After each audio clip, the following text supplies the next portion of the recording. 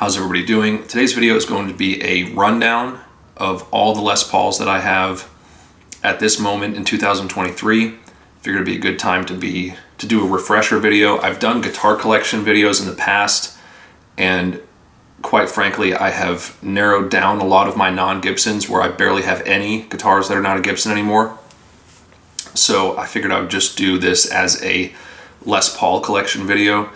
And I know that Gibson likes the term collection when you're talking about Les Pauls, so seems appropriate. So I'm going in order of age for these. So this is my very first Gibson that I ever got.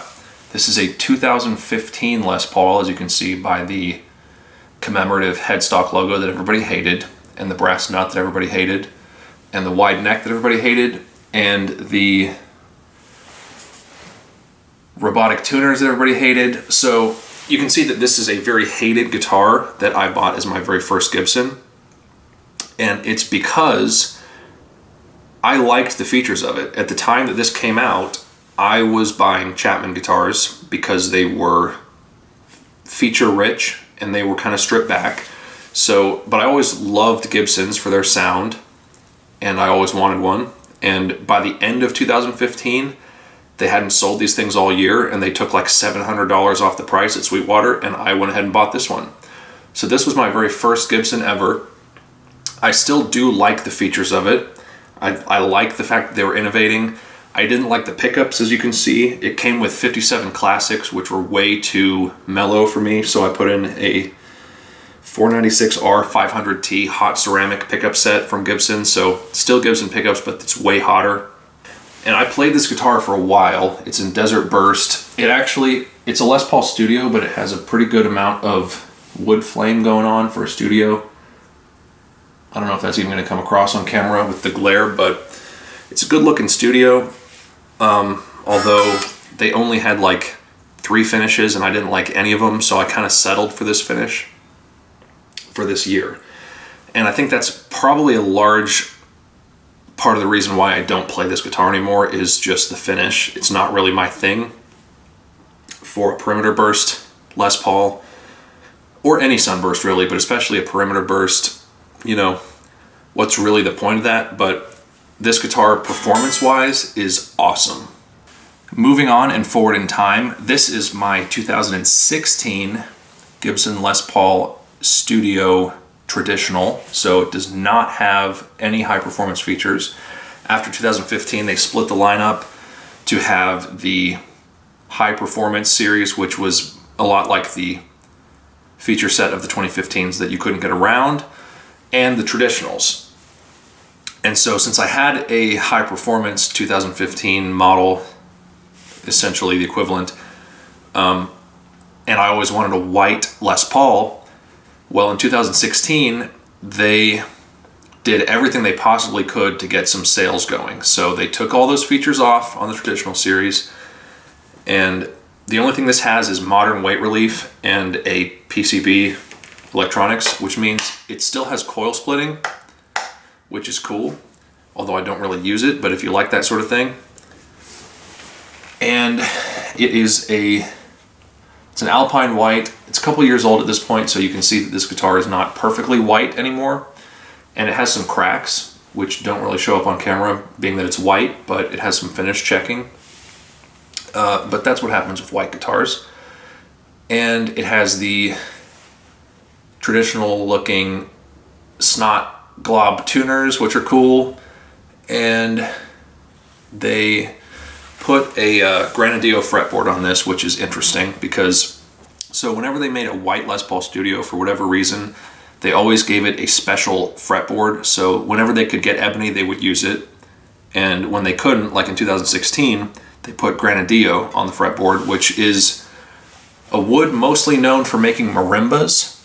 It's that really reddish looking wood that makes marimbas, or this fretboard, but it has a very like wide open, breathy, sing-songy tone for a fretboard. So it reminds me of rosewood, but a little bit more sweet and sing-songy than what rosewood would sound like.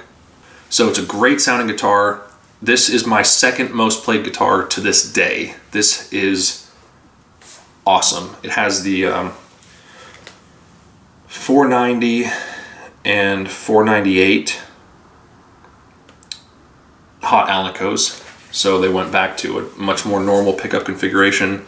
The neck is pretty average profile, and this guitar just sounds great, and I have played it through some of my hardest times, so I have a pretty good connection with this. I don't see myself ever getting rid of this guitar, and hopefully I keep it until it is old and yellow. Once I was happy with my hot ceramic and my hot Alnico Les Paul Studios, I discovered this Les Paul Platinum online, and I had never seen such a thing, and I thought it was just the coolest thing that it's a monochrome, all basically silver. Everything is silver on this. It's got brushed hardware, and it's just very, very cool. I like a monochrome look, to be honest, and I like the fact that it has no fret inlays. I really don't like fret inlays on the front because they're pointless, and I would rather have wood there than whatever the inlay material is. So I like the fact that this has no inlays. It's a pretty good guitar. I need to change the bridge pickup to an original Gibson pickup, which I have. I just haven't gotten around to changing it. But this guitar is really, really cool. It has a ebony fretboard, as you can see, with like a fat 50s neck profile, and it's a 2005, but it's in really, really good shape. This guitar is arguably one of the coolest guitars that I have.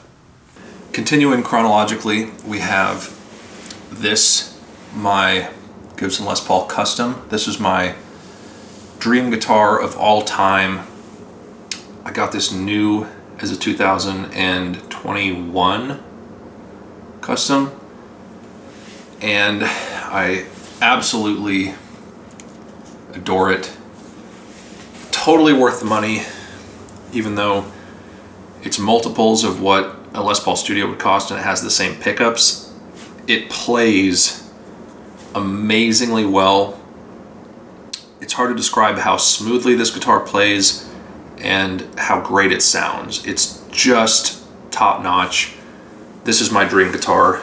During COVID, I thought, you know, if people are dying and I might not make it to an age where this would make sense to buy, I might as well buy it now when it makes less sense. But in the end, it makes sense because I've really bonded with this guitar, and I will never get rid of this. So after I got the Custom, I discovered the Gibson Demo Shop on Reverb, which is where Gibson sells their display models that they take to like the NAMM show and the Gibson Garage and things like that. And they also have some that are just normal models, and they have some that are modified, that they potentially, somebody maybe ordered it and didn't end up liking it, or they had to refinish it in order to cover a blemish or something like that, and they'll put on like a unique finish. This guitar is not unique. This is a run-of-the-mill Les Paul Standard 50s gold top, but it is a display model, and it's an exceptionally good looking Standard 50s. It's got just it's basically perfect. This is the most perfect guitar as far as fit and finish out of Gibson USA that I've ever seen. I mean, the wood grain is perfect on the back, the wood grain is perfect on the neck. It's a light back gold top, as you can see. It's got sort of this very slight tint to the lacquer where it looks a little bit aged. The cream looks really good. The fret nibs are really perfect. I mean, this guitar plays so amazingly, it really makes you wonder, you know, why would you need anything else? I mean, this is like the quintessential Les Paul gold top. It has burst buckers 1 and 2. It has the Gibson Deluxe globs of snot tuners. It just, like, the neck is huge. It's a really fat 50s neck profile because it's a standard 50s. No weight relief, 50s electronics. It's got the thumb bleeders. It's just like the fundamental Les Paul, and it plays awesome, and it plays every genre. And last but not least, we have the newest edition, the Gibson Les Paul Special Raven. So this is obviously a special edition Les Paul Special. It has a satin black finish, although it's pretty thick feeling. It's not like the B2 finish. It's a real like transparent satin thick feeling black finish. Has a maple neck. It has a Richlite fretboard. This guitar has the 496 500 hot ceramic pickups in it from the factory, and it has this monochrome black look, which again I really like. This is the cheapest MSRP Les Paul that I have ever had. It has no separate top, so it's just a slab of mahogany with a maple neck, and it pretty much screams, it rips, it does whatever you want it to do. It has, you know, the 2 volumes, 2 tones, and the pickup switch in the right spot, so it has no penalty for the controls. The only thing is, if you're used to playing an arch top Les Paul with a thicker top, it is a little bit weird. The fact that your wrist seems to fall inward when you're playing, you kind of have to adapt to it compared to a normal Les Paul. But otherwise, this guitar is really, really cool. It sounds good, and for some reason people love it even though it's a cheap Les Paul. So there you go. That is my Gibson Les Paul collection as of now in 2023.